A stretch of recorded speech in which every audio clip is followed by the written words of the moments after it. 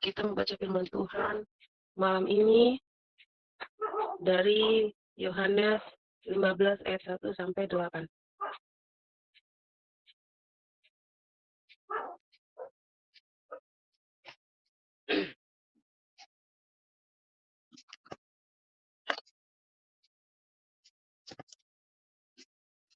Sudah siapkah teman-teman? Amin. Kita baca bersama-sama. Kita baca bersama-sama ya. Yohanes 15 ayat 1 sampai 8 dengan perikopnya pokok anggur yang benar. Pokok anggur kita baca sama-sama. Anggur yang benar dan Bapakulah hanya. Setiap ranting padaku yang tidak berbuah dipotongnya, dan setiap ranting yang berbuah dibersihkannya, supaya ia lebih banyak berbuah. Kamu memang sudah bersih karena firman yang telah kukatakan kepadamu. Tinggallah di dalam aku, dan aku di dalam kamu. Namun pada ranting tidak dapat berbuah dari dirinya, kalau ia tidak tinggal dalam aku. Demikian juga kamu tidak berbuah jikalau kamu tidak tinggal di dalam aku. Akulah pokok anggur, dan kamulah ranting-ranting. Barang siapa tinggal di dalam aku, dan aku di dalam dia, ia berbuah banyak. Sebab di luar aku, kamu tidak dapat berbuat apa-apa. Barang siapa tidak tinggal di dalam aku, ia dibuang keluar seperti ranting yang menjadi kering. Kemudian dikumpulkan orang dan dicampakkan ke dalam api, lalu dibakar. Jikalau tinggal dalam aku, dan firmanku tinggal di dalam kamu, mintalah apa saja yang kamu kehendaki, dan kamu akan menerimanya. Dalam hal ini, Bapakku dipermuliakan, yaitu jika kamu berbuat banyak, dan dengan demikian kamu adalah murid-murid. Kesimpulan dari firman ini yang kata-kata apa ya? Kata-kata bijak atau kata-kata motivasi ya, maksudnya itu di sini katakan orang percaya yang tidak tinggal di dalam Kristus adalah seperti ranting yang kering dan mati. Di dalam firman ini kita baca, kita sama-sama tahu bahwa pohon daripada anggur ini adalah yaitu Bapa kita Yesus Kristus, dan kita adalah ranting-rantingnya. Firman Tuhan ini bilang ranting-ranting yang kering, berarti ranting-ranting kita mungkin udah hidup di dalam Tuhan, tapi 100% nggak 100% kita percaya sama Tuhan. Terkadang ada saatnya dikala kita mungkin lagi susah atau lagi dalam keterpurukan. Setiap orang mungkin pernah mengalami itu ya, mungkin pernah dalam hati atau dalam pikirannya, saya udah rajin beribadah, rajin berdoa, tapi oh ya Tuhan, hidup saya begini-gini aja. Nah, itu menyatakan berarti kita orang Kristen tapi nggak 100% percaya sama kuasa Tuhan. Itu kalau ya nanti di akhir ini Kalisa bisa jelasin lagi lebih detailnya kali ya Kak, karena kita kan amatir, nggak sekolah penginjilan, jadi kan yang ininya aja, yang sepahamnya aja kita. Jadi nanti Kalisa sempurnain itu ya penjelasannya gitu. Minta tolong. Ya saya dapat sih begitu firman ini. Setiap kita ngaku orang Kristen, hidup di dalam Tuhan, tapi nggak 100% gitu hidup percaya sama kuasa Tuhan. Dan di firman ini dikatakan Yesus adalah pohon anggur yang benar, kita rantingnya. Yaitu tadi kita dalam Tuhan, tapi kita nggak menyerap dan kita nggak minum dari makanan yang dihasilkan dari akar tadi, dari akar pohon tadi. Jadi setiap kita yang enggak memakan sari dari pohon anggur yang benar ini, yang nggak dengar firman Tuhan, ya kita akan menjadi ranting yang kering dan tidak akan berdaun ya. Mungkin ada daunnya, tapi tetap daun ini akan ikut kering juga dan akan jatuh tertiup angin karena udah sakit keringnya, nggak ada air, nggak ada makanan, jadi dia kering dan membusuk. Nah, pada sebelum pun orang seperti firman Tuhan katakan tadi, dan orang akan mencapainya. Sebelum orang itu mematahkan ranting ini mungkin bisa juga jatuh sendiri ketiup angin ya, karena sudah rapuh. Akhirnya, manusia mengumpulkan ranting-ranting ini, daun-daun tadi, ibarat kata di kehidupan sehari-hari kita nyapu segala ranting yang sudah busuk, kita kumpulin, kita bakar. Nah, sementara, orang yang percaya sama Tuhan atau, ranting yang, menyerap makanan dari pohon tadi, orang-orang yang percaya sama Tuhan akan berbuah lebat dan memiliki daun yang segar, yang hijau, dan itu dipatahkan pun akan susah. Dan zaman sekarang yang kita lihat di televisi ya banyak orang-orang memang sih itu karena apa ya, kesalahan diri sendiri juga sih seperti orang-orang yang saat ini, karena mungkin kebanyakan masalah ekonomi ya, mhm, menyakiti anak, melakukan kekerasan, nah itu bisa timbul. Nah itu, yang seperti itulah mungkin, orang-orang yang nggak sepenuhnya percaya sama Tuhan. Atau kalau orang sekarang juga bilang sih bukan nggak percaya sama Tuhan, tapi udah capek, lelah kalau kata kata dunianya ya, kata dunia gitulah kata-kata yang sering kita baca sekarang di FB itu. Udah lelah, kebanyakan saya lihat di Facebook itu orang, eee, boleh bermedsos, tapi kalau menurut saya pribadi sih, mungkin saya juga orangnya yang memang nggak pernah ya yang namanya update foto, apa bikin status di Facebook, nggak pernah memang, karena saya nggak pintar berkata-kata sebenarnya, makanya nggak mau bikin. Dan foto juga nggak pernah punya foto yang cantik, dan saya nggak fotogenik, jadi nggak pernah update foto gitu kan. Mhm. Tapi kebanyakan orang saya lihat di Facebook itu ada yang berkeluh kesah, curhat masalah rumah rumah tangga, masalah kehidupan pribadi yang gimana-gimana gitu, banyak yang jadi kan kadang-kadang baca juga komentar orang. Sebagian ada yang bilang, "Aduh, jangan komen begituan dong di Facebook, jangan, curhat di Facebook, diketawain orang yang nggak suka sama." Ada benernya sebenarnya kalau menurut saya sih ya kan. Tapi mungkin ini menurut saya ya, karena saya memang nggak pernah, curhat di medsos ataupun di mana gitu, paling curhatnya ya sama orang gitu, sama orang, sama sama Tuhan, sama orang pasti pernah lah. Nah, itulah yang dikatakan orang-orang yang nggak percaya sama Tuhan. Padahal s setiap kita pasti setiap hari Minggu itu beribadah ya, kita pasti berdoa, nggak tahu juga sih ya, tapi menurut aku sih pasti semua orang berdoa lah setiap hari. Mau itu mau makan, mau tidur, mau apa, pasti atau mungkin bisa juga ada yang nggak berdoa, tapi kebanyakan tuh orang pasti berdoa. Maksudnya kalaupun ada keluh kesah atau curhatan gitu, kayaknya nggak perlu di-update di medsos ya, kecuali yang bikin orang ketawa, motivasi, itu bolehlah menurut saya ya. Nah, firman Tuhan bilang, ya kita ya harus, banyak berdoa memang, harus serap itu makanan dari akar pohon yang tadi tuh anggur yang pohon anggur yang benar tadi, pohon anggur yang pohonnya bagus, daunnya hijau. Nah, itulah yang harus kita ya semakin hari maksudnya semakin hari biarlah kita ini hidup semakin mendekat sama Tuhan, percaya sama Tuhan, apapun yang terjadi dalam hidup kita memang agak susah sih tantangannya, berat. Secara pribadi udah merasakan itu, prosesnya Tuhan tuh amat amat amat teramat panjang, sampai hari ini masih Tuhan proses, tapi ya berusaha untuk senantiasa ada, di jalannya Tuhan. Itulah saat ini yang kami sedang lalui, berharap sih sama Tuhan, kami nggak akan pernah lengah, nggak akan pernah tergoda sama iblis, hal dalam hal keterpurukan ini, berharap terus sama Tuhan supaya kami nggak jatuh dan tetap melayani Tuhan, tetap mengandalkan Tuhan dalam hidup kami. Itulah yang menjadi doa dan harapan kita semuanya. Kita harus senantiasa mendekat sama Tuhan apapun yang terjadi, meski orang mau bicara apa tentang kita, ibarat kata zaman sekarang ya masuk kanan keluar kiri gitu aja kali ya, mending cuek aja. Yang penting kita nggak nyusahin mereka, nggak ngomongin mereka juga dan nggak ngusilin hidup mereka juga, ya gitu aja kali ya. Mmm, sama, Tuhan, supaya kita menjadi ranting yang subur tadi, yang berbuah lebat bahkan berdaun hijau itu. Jadi kita, terus hidup di pohon yang baik tadi, yaitu, di dalam Tuhan Yesus. Kita tetap berdiri teguh di dalam Tuhan. Apapun yang kita alami, mari kita terus berharap sama Tuhan, percaya sama kuasa Tuhan, bahwa Tuhan akan berikan tepat pada waktunya Tuhan berikan yang terbaik bagi kita, bahkan Tuhan akan jawab setiap doa dan pergumulan kita. Puji Tuhan, sampai situ firman Tuhan.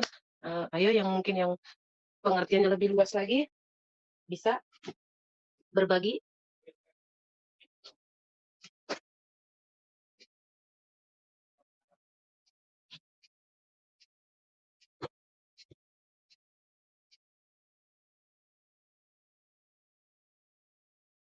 Ada teman-teman, Kak Lisa deh ituin jabarin lebih ini lagi, mungkin ada tadi yang salah atau kelewat. Sharing-sharing dulu, nggak apa-apa pendapatnya dari teman-teman. Ayo. Nggak harus menerangkan juga, teman-teman bisa bersaksi dari kehidupan teman-teman dihubungkan dengan Yohanes ini, Yohanes 15 ayat 1 sampai 8.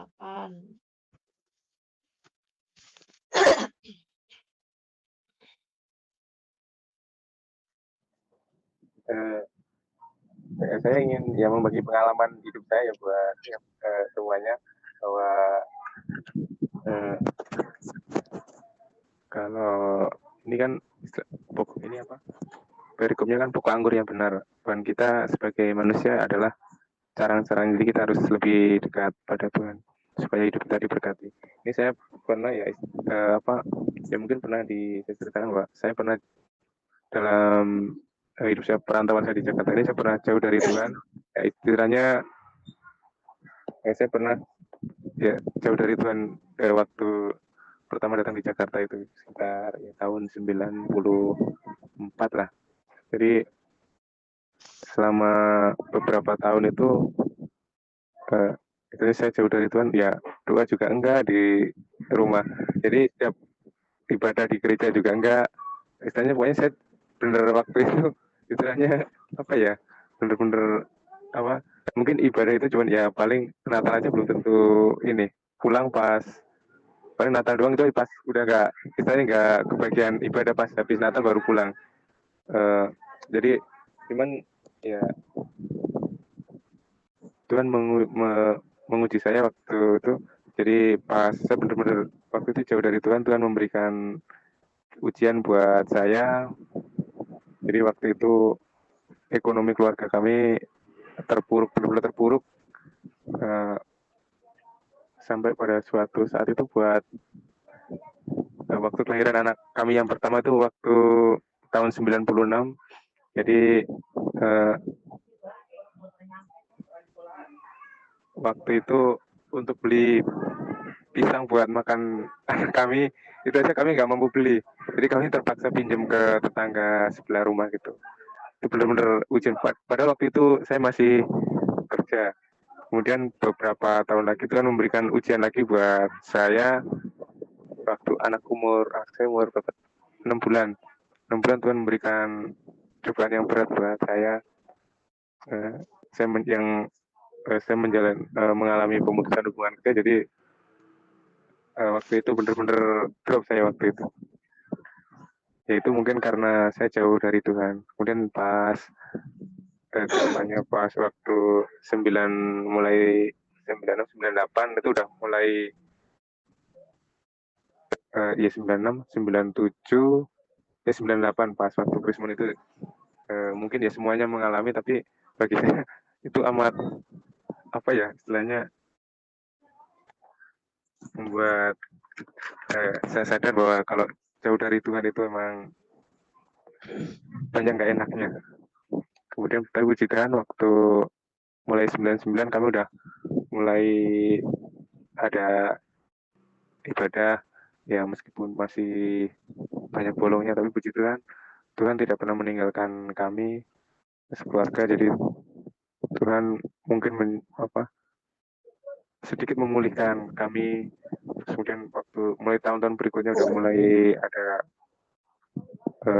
perbaikan. Jadi yang puji Tuhan sampai sekarang Tuhan masih memberikan kekuatan buat kami. Itu aja. Jadi intinya kalau emang jauh dari Tuhan itu bener-bener nggak istilahnya apa ya, nggak enak. Dan seperti ayat 7 ini kan, kalau kita dalam yang intinya, jikalau kamu tinggal dalam aku dan firmanku tinggal di dalam kamu, mintalah apa saja yang kamu kehendaki maka kamu akan. Itulah yang buat mungkin ya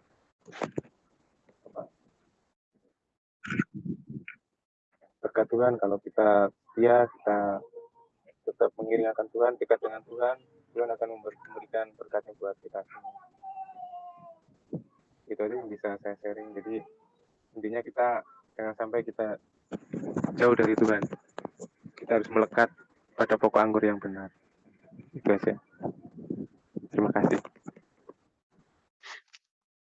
Ini sebenarnya panjang banget, maknanya banyak diuraiannya.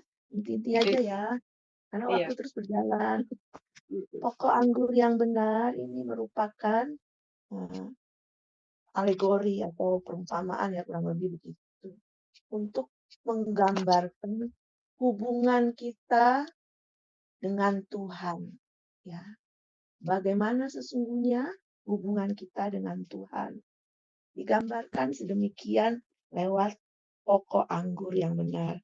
Sudah jelas di situ siapa pokok anggurnya, ya, dan siapa ranting-rantingnya.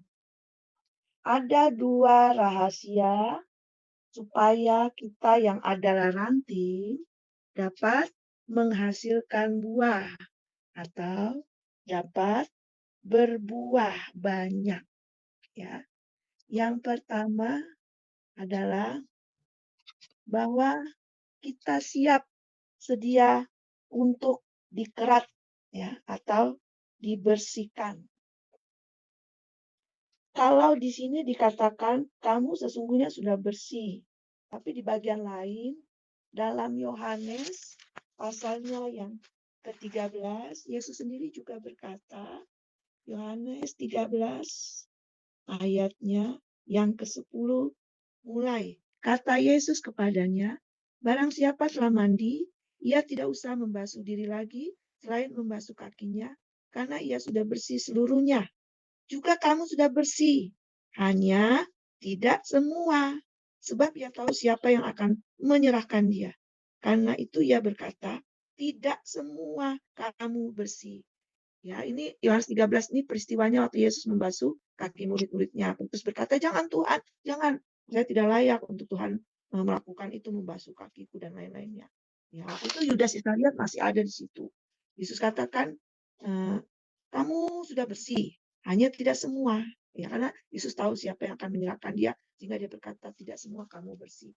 Demikian juga, ya, kita mungkin dikatakan orang percaya, orang Kristen. Tapi sebelum saya jelaskan itu ayat 5, pasal 15, kenapa Yesus katakan kamu sudah bersih? Karena waktu itu di pasal 15 Yudas Iskariot sudah tidak ada. Demikian juga dengan kehidupan orang percaya anak-anak Tuhan ya. Tidak semua itu bersih. Makanya jangan bingung kalau tidak semua orang Kristen berbuah. Ya. Hidupnya berbuah pada ayat 8 dan buah itu mempermuliakan Bapa. Kenapa orang Kristen tidak berbuah dan hidupnya tidak memuliakan Bapa? Karena tidak semua bersih. Oleh sebab itu rahasianya kalau mau bersih, ya siap dikerat. Ya, sebenarnya bukan dipotong itu dalam bahasa aslinya. Siap dibersihkan. Ya. Dibersihkan itu tidak enak. Ya. Ada bagian-bagian kedagingan kita, hawa nafsu kita yang menyakitkan. Ya, dibersihkan. Tapi kalau kamu, saya mau berbuah dan berbuah banyak dan hidup kita memuliakan Tuhan, siap dibersihkan. Dibersihkan itu bisa macam-macam. Lewat ujian, lewat penderitaan. Ya. Itu harus siap. Ya. Yang kedua, rahasianya untuk berbuah banyak. Kalau kita berbuah banyak, otomatis kita mempermuliakan Bapa. Tidak ada lain, ya itu tadi yang dikatakan. Bapak saksikan. Sama Devi juga. Intinya harus tinggal di dalam Kristus. Untuk hal ini sudah jelas banget. Sederhana, kata-kata Tuhan. Gak usah diarti-artikan lagi, sudah jelas banget. Di luar Tuhan, kita ini nggak ada apa-apa. Nggak ada apa-apanya. Kita hidup semata-mata karena anugerah Tuhan. Kalau kita di luar Tuhan, tidak dapat berbuat apapun. Ya, jadi supaya hidup kita berbuah, ya hal rahasia kedua ya tinggal di dalam Tuhan. Tuhan tinggal di dalam kita.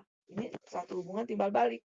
Nggak hanya Tuhan saja tinggal di dalam kita, kemudian kita hidupnya semau-maunya di luar kehendak Tuhan. Nggak bisa, itu nggak akan berbuah. Harus connect. Tuhan tinggal di dalam kita tinggal di dalam Tuhan. Connect, ada hubungan, ada relasi yang intim dengan Tuhan. Kemudian ayat 7 ini yang sering orang menafsirkan. Ya, minta aja yang kita kehendaki, pasti kita akan menerimanya. Tunggu dulu. Ya, tidak semudah itu. Kembali lagi ke atas. Kita akan menerima apa yang kita minta kalau kita siap dibersihkan. Ya. Kemudian kita tetap terus tinggal di dalam Tuhan. Kalau itu dua tidak ada di dalam hidup kita, ya jangan kecewa kalau kita berdoa kok kita belum menerima. Jadi kita harus koreksi diri kita. Apakah kita siap dibersihkan oleh firman, ya, lewat penderitaan, lewat ujian dan lain-lain. Itu kedagingan-kedagingan kita, hawa nafsu kita. Kemudian kita juga periksa diri kita.